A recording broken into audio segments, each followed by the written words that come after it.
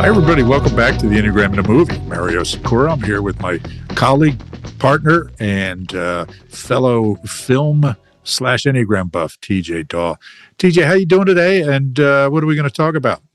I'm really well. Thank you very much. We are here to talk about the movie A Real Pain, which was nominated for a couple of Oscars, and Kieran Culkin just won Best Supporting Actor for this role. Yeah. What did you think of, well, it's hard to say. I don't know how many of the movies, or the nominated performances you saw, but do you have an opinion on whether it was a deserving win or? I honestly don't give a shit who actually wins. Yeah. And off the top of my head, I don't know how many. You're such a Canadian, man. You're such a Canadian. All right, go ahead.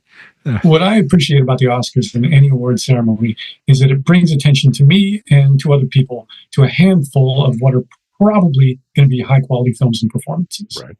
So whichever one, anyone who knows the history of the Oscars knows that there are movies that have won Best Pictures that are reviled now or have been forgotten or both. Yes. And vice versa. Yes. It's not the kiss of death. It's not the great blessing that ensures legacy. It's kind of arbitrary. Yes. So it's like, it might increase the chances that something gets remembered and watched and loved in the future, but it certainly doesn't guarantee it. Right. And there are also tremendous famous snubs, right? Like Goodfellas not winning, for example, or Pulp Fiction, or Citizen Kane. Citizen Kane not winning, right? So yeah, absolutely.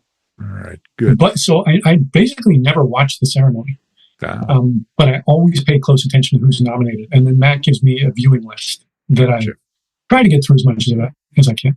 Gotcha. All right. So and that is one of the things that drew A Real Pain to my attention. Like, it's a pretty minor independent film. Right. No special effects. It's not based on franchise. And I really doubt I had that big of a budget to make it, much less to market it. Right. But the quality of it was enough that it made some ripples, and then getting nominations for Golden Globes and then Oscars and then a win ensured that, it would be brought to the attention of many people, including me. Yeah.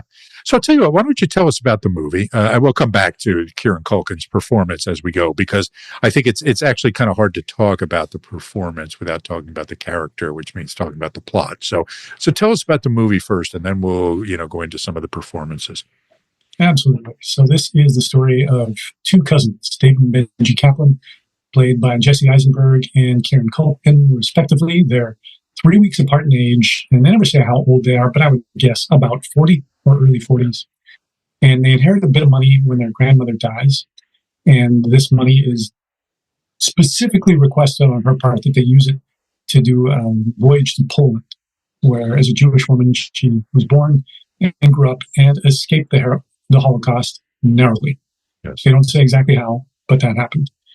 So they do exactly that. They join a tour of Poland. It's a guided tour, and all the other people there are Jewish, most of whom have ancestors who escaped the Holocaust or didn't. Benji effortlessly charges the group.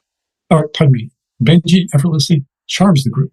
He's just got this natural charisma. He makes friends immediately, whereas David's just a lot more trepidatious and anxious and reserved. Yeah. But then Benji has these sudden mood swings and will suddenly turn on another member of the group or on the guide or what have you. And he keeps leaving these messes that David has to clean up.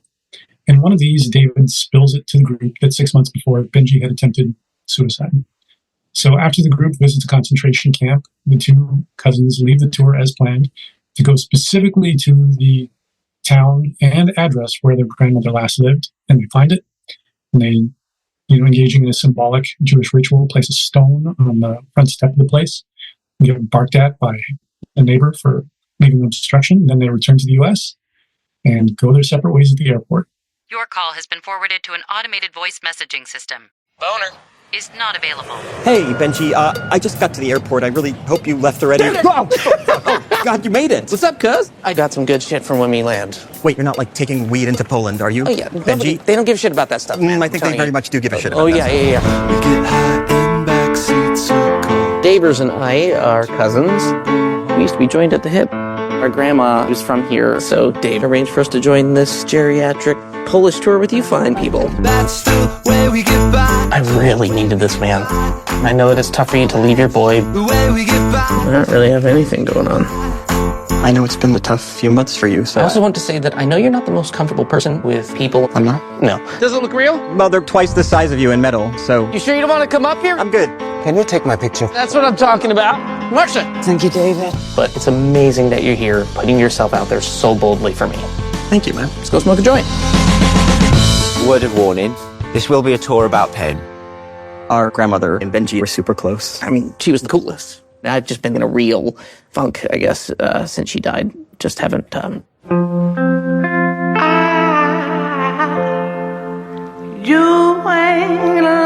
You're looking back at the horrors of your family history. We completely cut ourselves off from anyone else's true pain. Why are you doing this? Oh man, you used to feel everything. Obviously, there are triggers along the way. We're not at the right station. And you didn't wake me up. Oh, you were having such a good nap, dude. Jesus you were like, Christ, you're on a tour sorry. group Yeah, of I know, I people. just didn't have the heart to wake you up. Has he always been like this? I love him, and I hate him, What the flying jeez. and I want to be him. You used to cry about everything. Yeah, it was awful. Who wants to cry about everything? We're in a Holocaust tour. If now is not the time to grieve, I don't know what to tell you.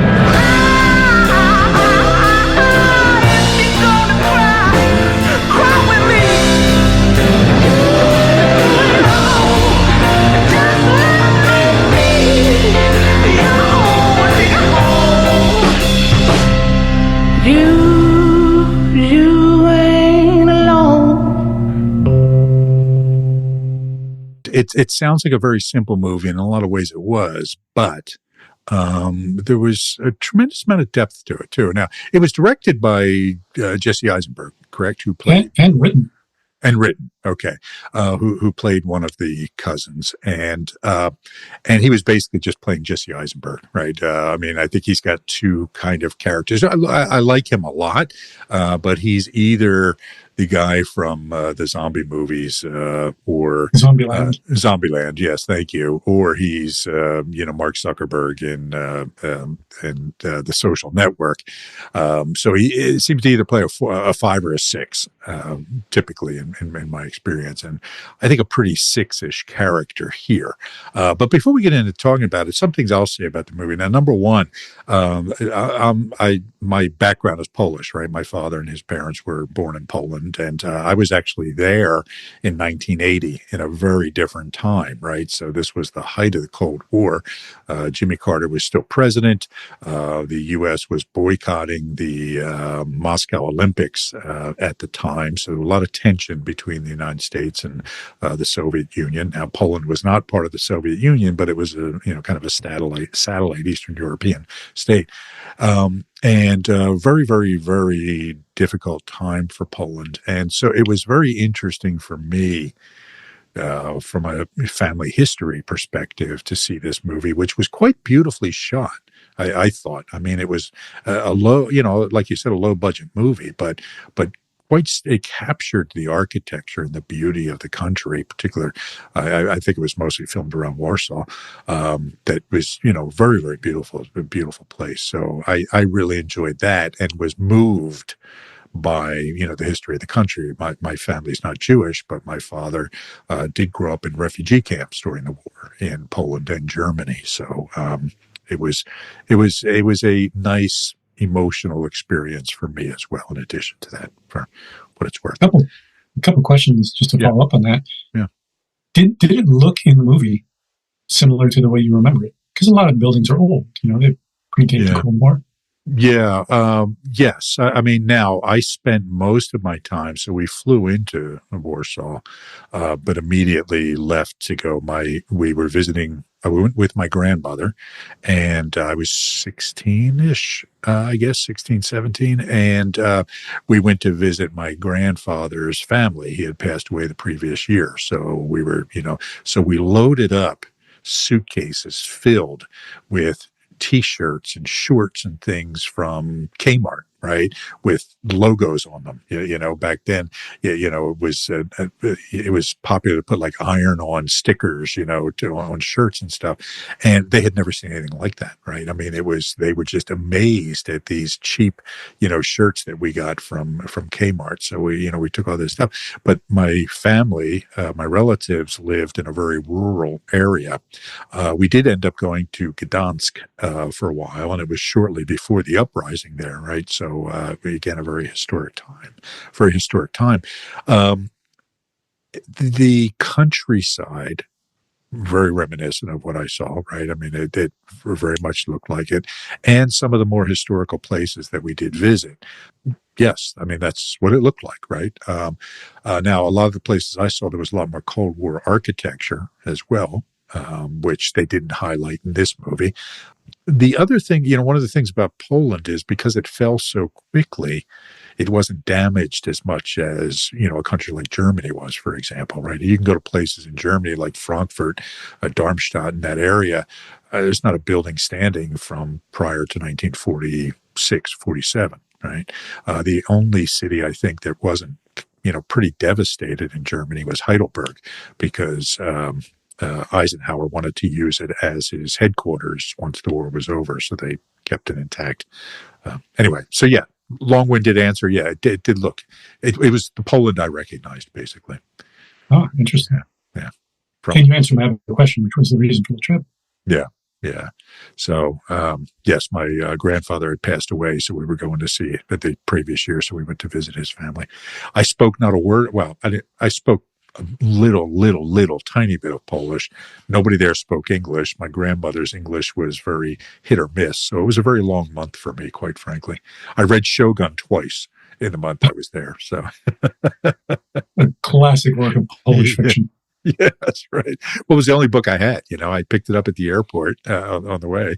I was stuck there for a month with, Shogun.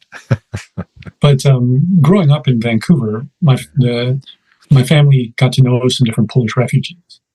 So that was my understanding of the country. And I grew up in the 80s with, the Cold War was heating up. And there was a lot of fear of the Iron Curtain and everything that lay behind it, as well as just a sense that it was brutal and poor and under constant surveillance and things like that, like a place people would escape from. Yeah, it was. I mean, that was my experience of Poland. It was very much, it was very rough economically. I mean, people really struggled for food. Buying shoes was very, very difficult, things like that. And yes, there was this constant fear of, being observed and being under evaluation. Right. And I can't think of too many movies that are filmed in Poland, much less that take place there. Yes. The Pianist is one, which I actually rewatched recently, coincidentally. But not many. So like most people, I didn't have a good visual sense of what Poland looks like. Yeah. So it was really interesting to watch this movie, which was shot entirely on location, which was co-produced by the Polish Film Commission, or whatever the official title is, as well as money from the city of Warsaw. Yeah. Not like it was made as a tourist brochure or anything like that, but it sure makes the country look beautiful. Even the parts that aren't presented to look beautiful, it's still just like, this is what it looks like. This is what it feels like. Yeah. Like there's just a rich sense of place in the movie, which I guess was part of the point. Yeah.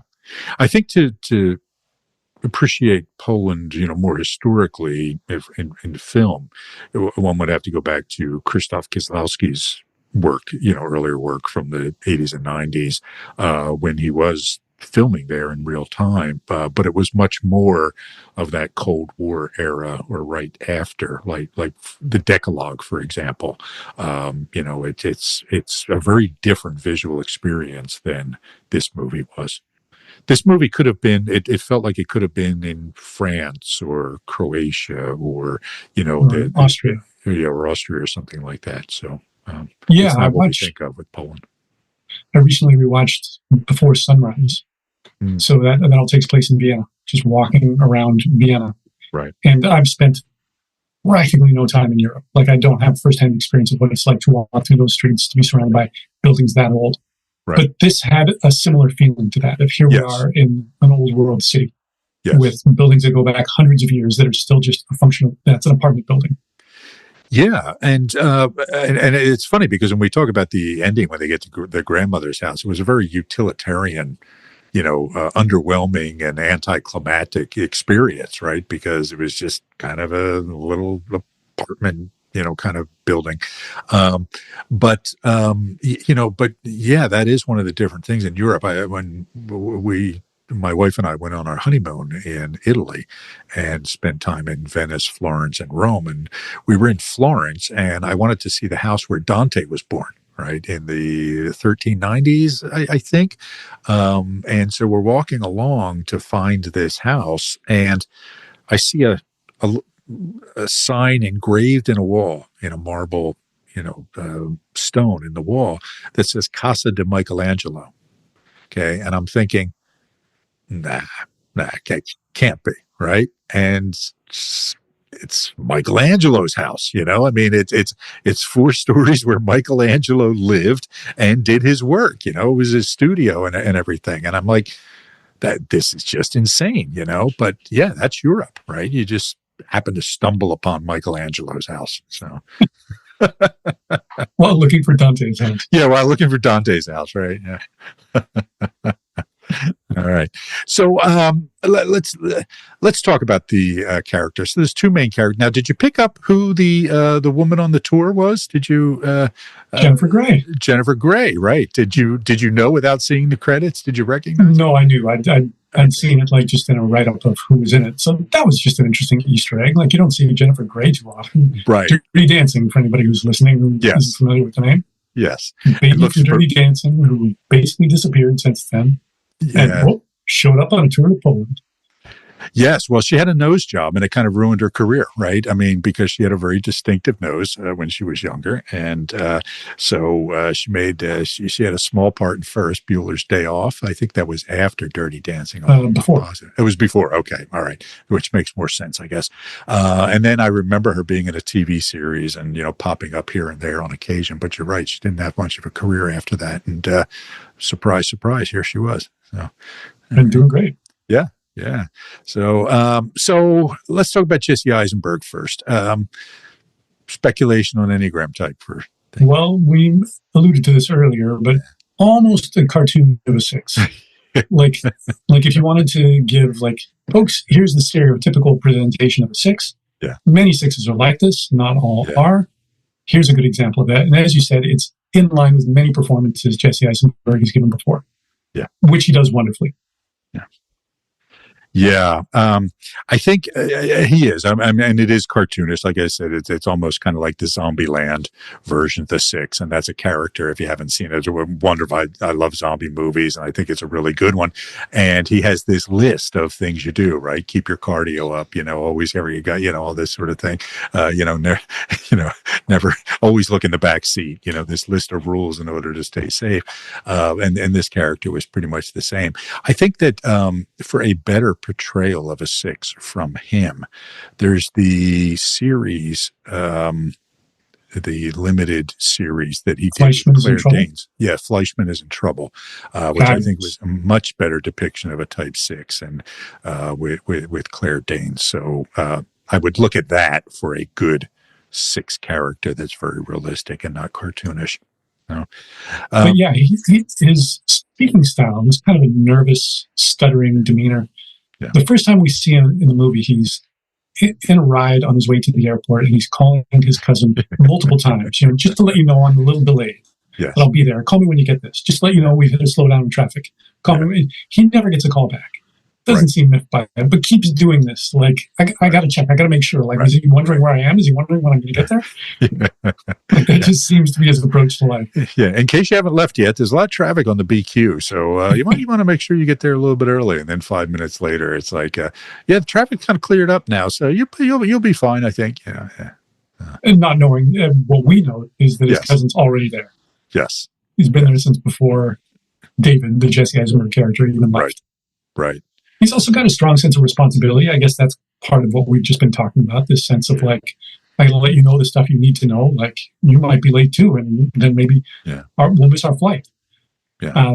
As well as a sense of loyalty. You don't get the sense that these cousins are incredibly close anymore. They talk about having had a history, but their lives have gone different directions. Yes. And a simple way to parse this is that the Jesse Eisenberg character grew up, the Kieran Culkin character kind of didn't. Right.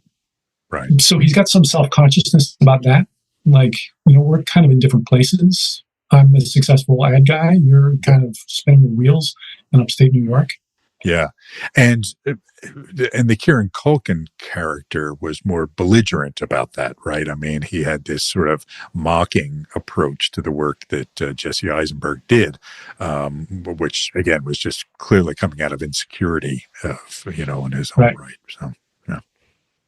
Right. And part of his responsibility, too, there's an incident where Benji, Kieran Culkin, just kind of blows up in the middle of a dinner in the middle of the tour and then takes off. Mm-hmm. And then David spends the whole night trying to find him, alternately going out and looking for him or just waiting in the hotel room for him to show up, tries to call him. He gets the message that the mailbox is full and he's just left flummoxed. Yes. So he's not somebody who can just turn his back on someone and say, I'm sure he'll be fine. Or if you want to throw a tantrum, that's fine. You made your bed, you'll lie in it. There's, again, this kind of anxious sense of responsibility. Like, he's my cousin. We're here on this trip together. I don't want him to ruin this for himself or for anybody else. Don't want him to get lost. Yeah. So one of the story patterns I see a lot with sixes is a six tries to hold it all together. And I always have the image of the little Dutch boy with his finger in the dike. And like, oh no, another leak is sprouted. Oh no, another one. And if I don't take care of it all, this whole thing's going to come down. And my sense is that a lot of sixes go through life like that. This kind of overwrought sense of responsibility, this sense that like catastrophe is about to strike. Yeah. So I've got my duct tape and I've got my plucky attitude. I'll just do everything I can to keep it going. Yeah. And I saw a lot of that in this character. Yeah. And what the dynamic tends to be with sixes in that situation, right? So there is this, again, sixes are striving to feel secure, okay? And so they're very often thinking that I'm the only one who's worried about this stuff. So I have this added burden and responsibility to make sure that, all the holes in the dike are plugged, okay? And then they get to a point where they say, you know what, man, screw this. I am tired. My fingers are waterlogged. You know what? I'm just going to crash. I'm going to go hide. I'm going to run away and let somebody else take care of it. Okay. And then they start to panic, right? So they have this moment of abdication where it comes as sort of this relief of, you know what? I'm tired. I'm tired of looking after you, right? You can see him getting frustrated at a certain point with Benji, and it's just, you know what? Forget it. I'm done. And then they go back, right? Because they start to say, no, you know what? I need to do this because nobody else will. And this is the challenge that sixes go through, is this kind of bouncing back and forth between this hyper responsibility and this abdication that happens. So it's important for sixes to work through that, right? To start to level set what their responsibility is and share the burden and all that sort of stuff, so they don't end up going to the other extreme as much as they might. The swinging pendulum is an image that I often think of when I think of sixes. Yes. Pendulum swing exactly the way you described, also between introversion and extroversion. Yes. Between cynicism and trust. Yes. Between going off on their own or being part of something. Yes. And I have noticed that in my limited experience, of course, many sixes have a hard time discerning where they fit in a system like the Enneagram for that exact reason. Yes. Like any written test, it says, would you do this or you do that? Well, sometimes I do this, but sometimes I do that. Well, how am I supposed to answer this? Yes. Yes. In dialogue with an actual person, you can parse these things out. With a written test, you can't. Yeah, you're absolutely right. And, and this is something that you see with sixes in general is, like you said, this penduluming game, but it's even just, like you said, sometimes I'm like this and other times I'm like that. Sometimes they're extremely fearful and then other times they get very aggressive, right? And, there's this perspective on the six, that there's phobic sixes and counterphobic sixes. The reality is that all sixes are both. Right. Some are more counterphobic or aggressive, and that's the transmitting six. It's a Mel Gibson kind of character, right? Usually that's that. And, well, I won't jump ahead to the next episode, but we're going to come back to that. And others are more fearful, the Woody Allen-ish, kind of character. But even in the Woody Allen characters, you see these moments of aggression that come out, right? Where it goes from this fear and timidity to, to real assertiveness at times. So it's a common phenomenon. Not an easy path, I would also say. And I would say that he was probably a preserving 6, very focused on security and safety and stability and, consistency and making sure we're on time and that this is going here and so forth. And one of the things I notice about preserving 6 is that they tend to be highly verbal, right? Usually the preserving subtypes are more withdrawn of than the other types, right? Than a navigating or a transmitting version of the same type. But with 6s, the preserving 6s are often really, really chatty, right? It's a way of maintaining security, right? By talking to people, working things out, getting through, talking through their anxiety, but also kind of drawing people in to be closer to them by engaging with them. So, and that was this character too, very, very talkative and awkward and shy and reserved and self-controlled at the same time, like when they were taking the pictures with the statue and he was the only one who, didn't want to be in the picture. And later he also, after Benji kind of leaves at a dinner that everybody's at a restaurant, there's a big scene where David talks about how envious he is of the way Benji can just effortlessly charm people. And how he wishes he could do that. He wishes he could just walk in and light up a room without even trying. Yeah. But that's just not the way he is, and that's not the way life is played out for him. Yeah. So let's switch and start talking about Benji now, right? So thoughts on the Benji character's personality type?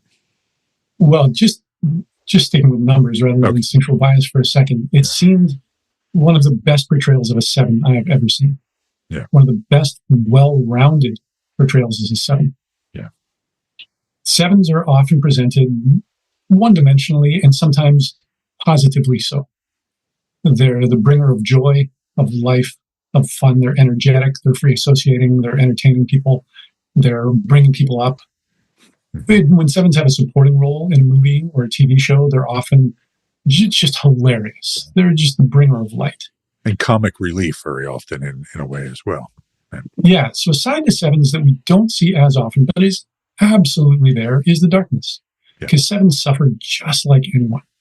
They don't like to lead with that. They don't like to even admit to themselves that they still have unprocessed pain weighing them down. They like to think that and tell people like, yeah, I went through that. It sucked. I'm over it. Let's move on. Yeah. When there's still stuff festering inside. And then that leaks out in other ways. Yeah. And we see this in abundance in this character. Yeah, he's really a tormented character. And it's an interesting... The title works on a number of different layers, right? So the title of the movie is a real pain. And there on the one hand, you can look at it as, this guy's a real pain in the butt, right? I mean, because he was irritating and driving everybody crazy and making people wait and, all these sort of things, right? So he was clearly, frustrating the Jesse Eisenberg character. I keep forgetting the character. Dave. Okay. Yeah. So he clearly, getting on him. And he's unself-conscious about these things. He's never apologetic about doing any of these things. Just like, whatever. It's fun. Yes. What are you upset about?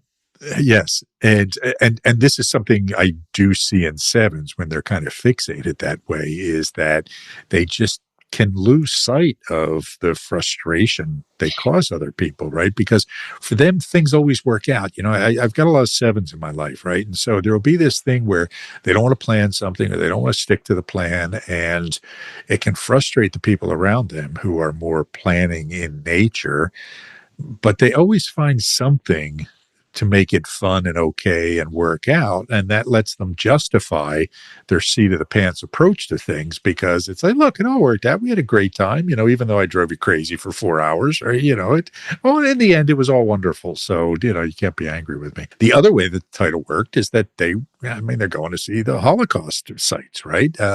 And it brings you face to face with what real pain is, right? What real horrible experience. I mean, what is a worse experience than that? And it kind of, for most of us, puts our lives into perspective of, hey, well, no matter how bad it is, at least it's not the Holocaust, right? So there's that. And they visit a concentration camp that was largely intact, as the tour guide describes. The Germans had largely abandoned it and moved the people in it to other concentration camps by the time the Soviets were advancing. Yeah. So it was not bombed out. So they get to walk through it and see the exact buildings that people were in, like that would have looked basically like they did then. Yeah. Yeah. And it's a harrowing experience. The third level that the title works on is that Benji's in serious pain, right? And and to your earlier point, this is one of the things we see in Sevens and often gets overlooked, because what everybody sees is the manic, happy, optimistic, have fun version, but they don't see that horror in his eyes, that terror. I mean, even when he was in the beginning, he had been at the airport for hours before Dave got there, right? And is it too early to talk about the ending of the movie? Not at all. Yeah, okay. So this is the Enneagram in a Movie podcast. We spoil everything. No, and I'm not worried about spoiling it, but I just didn't want to cut off our conversation prematurely here by bringing up the end of the movie. But so when they first meet at the airport, and as you said, Dave is calling along the way and saying make sure you're there, that sort of thing. Turns out that Benji had been there for hours and talked about, it opens at like 6 in the morning. You come here and just hang out and watch people and blah blah blah.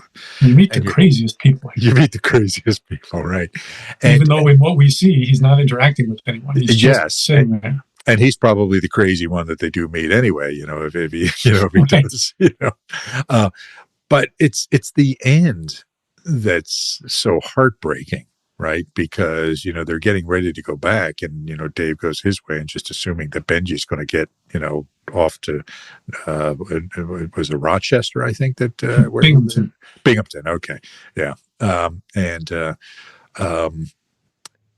and instead he goes and sits in a seat with just this look of sadness and terror and fear and heartbreak and loneliness all sort of mixed together, that again showed you the pain underneath all this happiness. And I gotta say again, this is not something that's often talked about in the literature, but I have found, anecdotally speaking, that sevens are one of the types that are most prone to issues around depression and panic and anxiety. Thoughts on all that? That ending that you described is directly preceded by the goodbye with David, in which he just assures him that he's fine. Yeah. That him staying at the airport, like he says it with a smile on his face, that is convincing. Of like, no, I like being here. Yeah. Airports are great. You meet the craziest people. Yeah. He waits until his cousin is gone before he sits in solitude, and we, looking at him through the camera, can see this unguarded side of him, which is in a lot of pain. Yeah.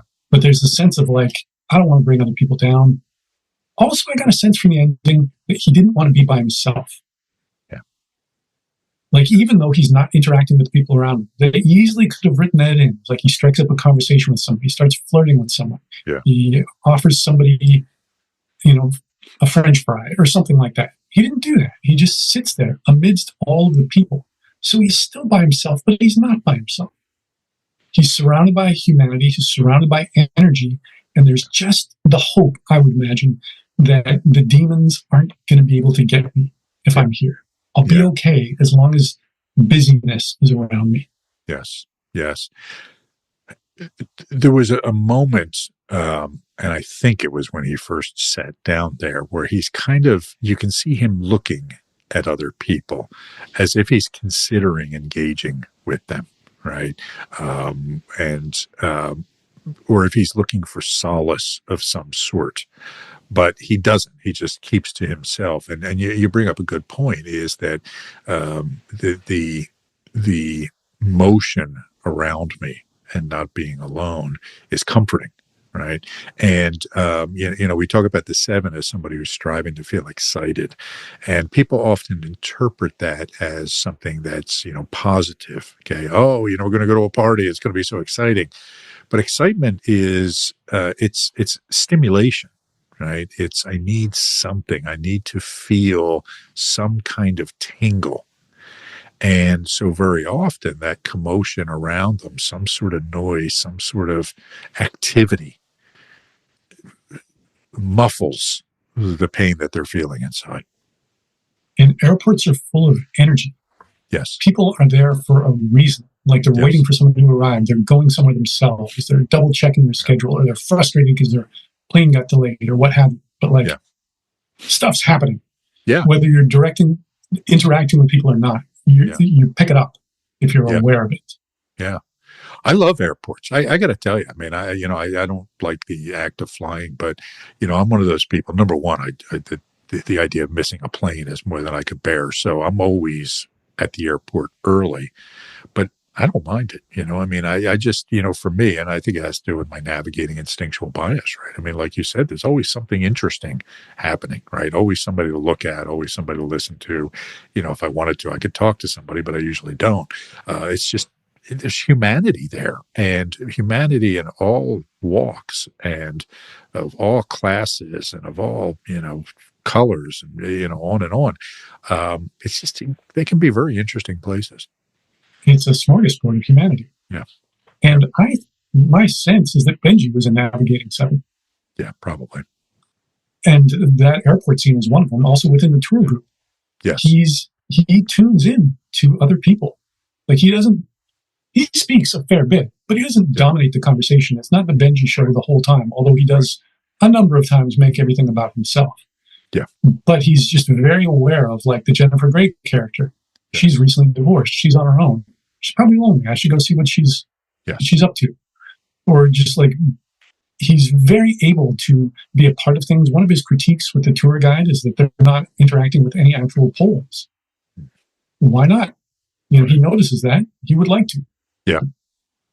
Yeah, he talks to him about putting more humanity into the tour and less data, Right. which is fascinating. And so he's got this combination of this real empathy that allows him to read people and to be very sweet and sensitive, and then this tone deafness that's almost shocking at times. Some of the things he says and some of the irresponsibilities that he does. So again, he's not what one would call a healthy person, but a very good depiction of a pretty low functioning, psychologically low functioning 7 character. And the root of his pain, we haven't mentioned this yet, is the death of his grandmother. Yeah. So this is said a few times. He was very close to her. At one point, he refers to her as his favorite person. Yeah. And her recent death, we don't know exactly how recent enough. Like, it still hurts him. Yeah. Yeah. And so this is just a deep, deep wound. And the whole purpose of the trip is to revisit where she came from, where she barely escaped from, where he wouldn't exist if she hadn't escaped. Right. Ultimately, to go to the place that she lived. And it's funded by money that she bequeathed him and his cousin. Yeah. Yeah. Yeah. Another thing that often is not depicted about 7s is their sensitivity and attachment to people, right? They're much more, some of the literature will refer to 7s as an aggressive type, and honestly, I've just never have bought that necessarily. I mean, do they go after what they want and that sort of thing? Yeah, sure. But they're not aggressive toward people.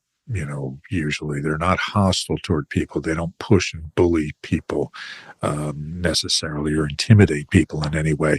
They're really, often quite loving and attached. I mean, my youngest son is a 7, and and particularly he's very attached to my wife. He, for the longest time would come into our bedroom at night, and just kind of curl up with us. Well, more her than me, but he would, want to, be with us and, hang out, and to a time that was much longer than. Well, hand in hand with that, another element of 7 I saw just so brilliantly in this characterization is the connection between 7 and 1.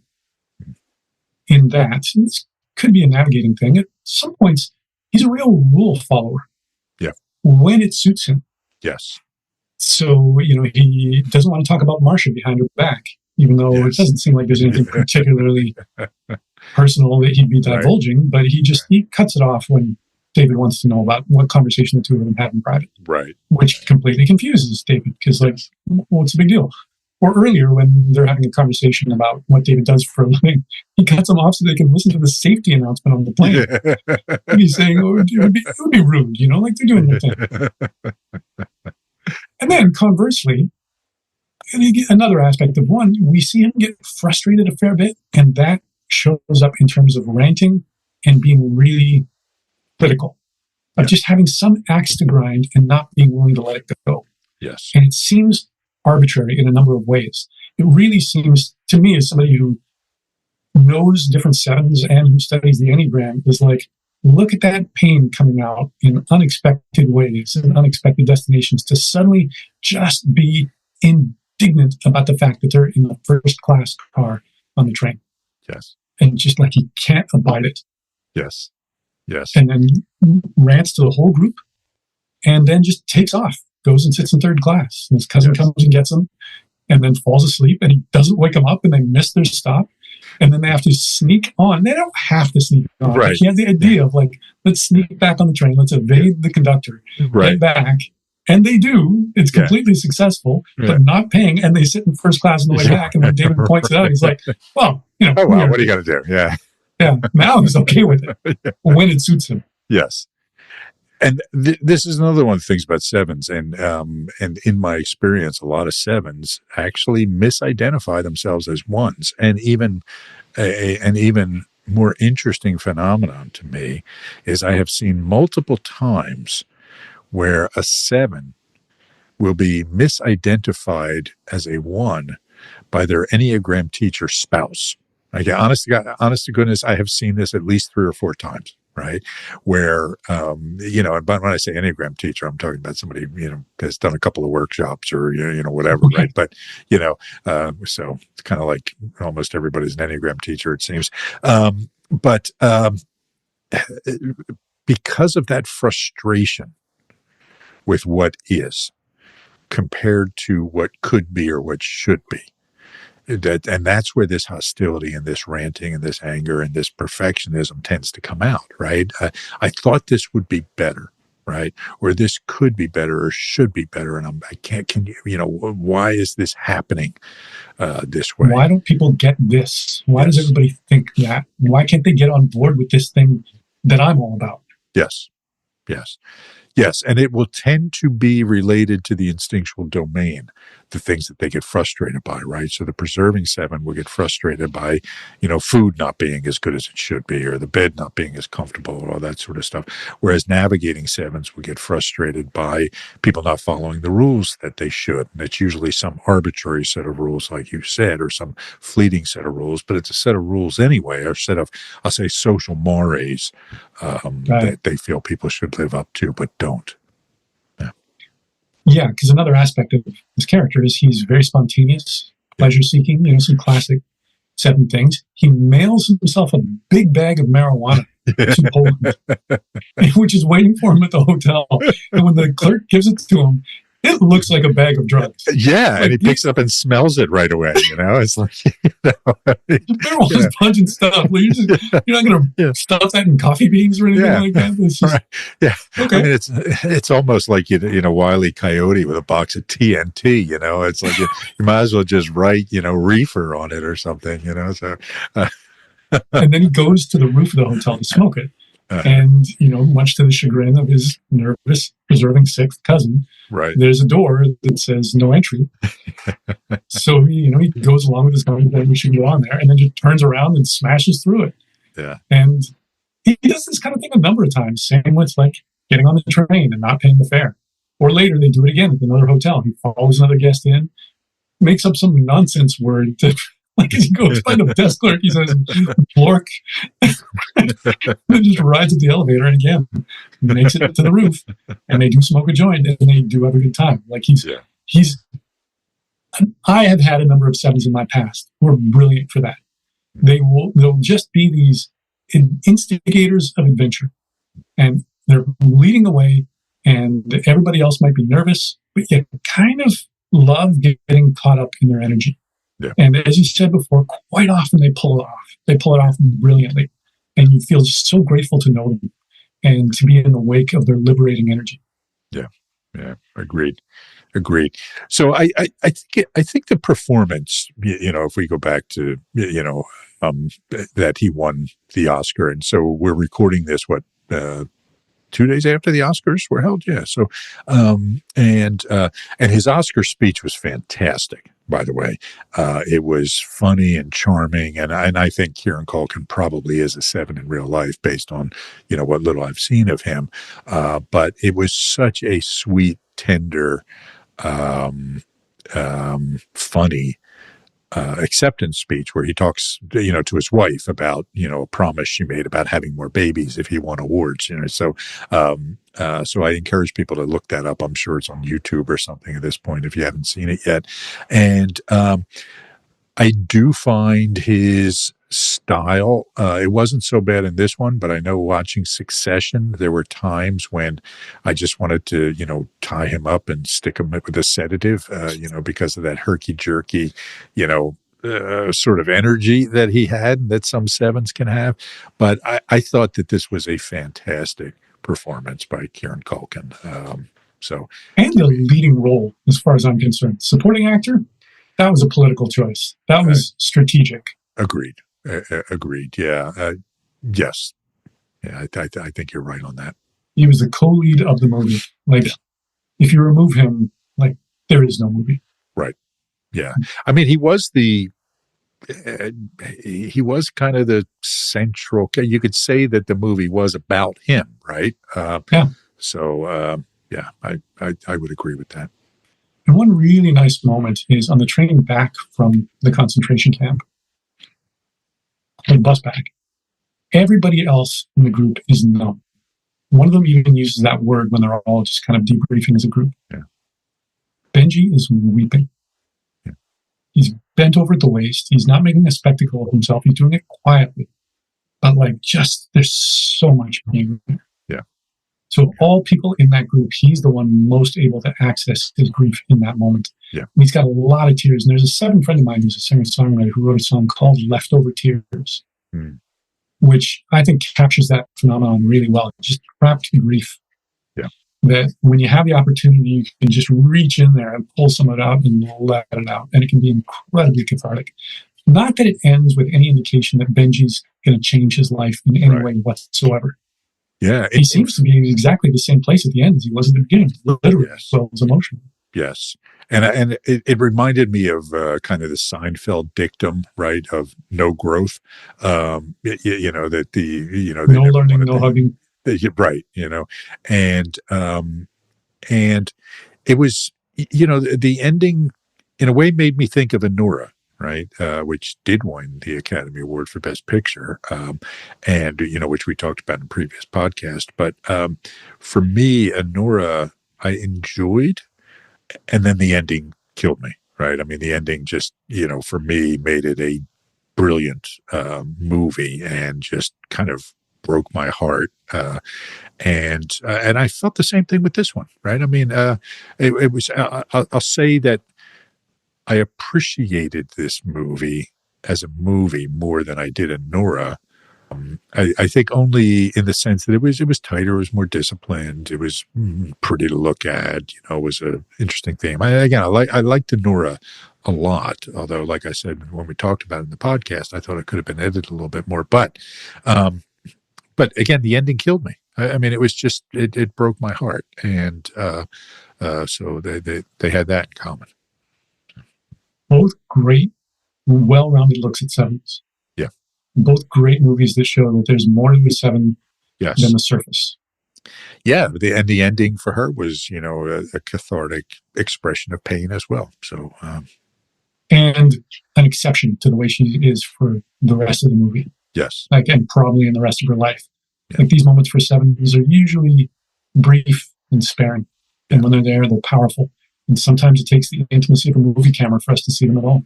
yeah. So, any other thoughts about A Real Pain before we wrap up, TJ?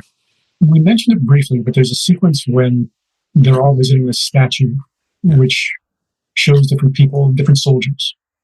And Benji gets he gets his cousin to take a picture of himself up there with the figures posing with him. And one by one, he enrolls everybody in the group but his cousin. And I thought that was just another beautiful scene of a seven doing what sevens do so well.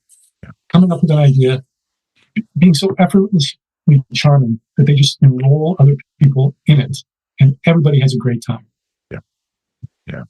Yeah, agreed.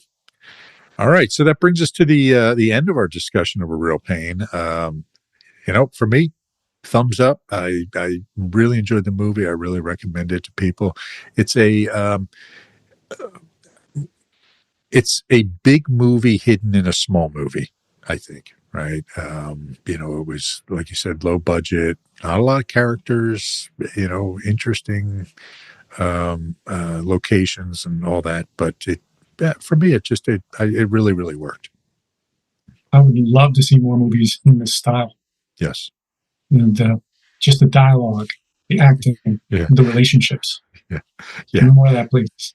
Yeah.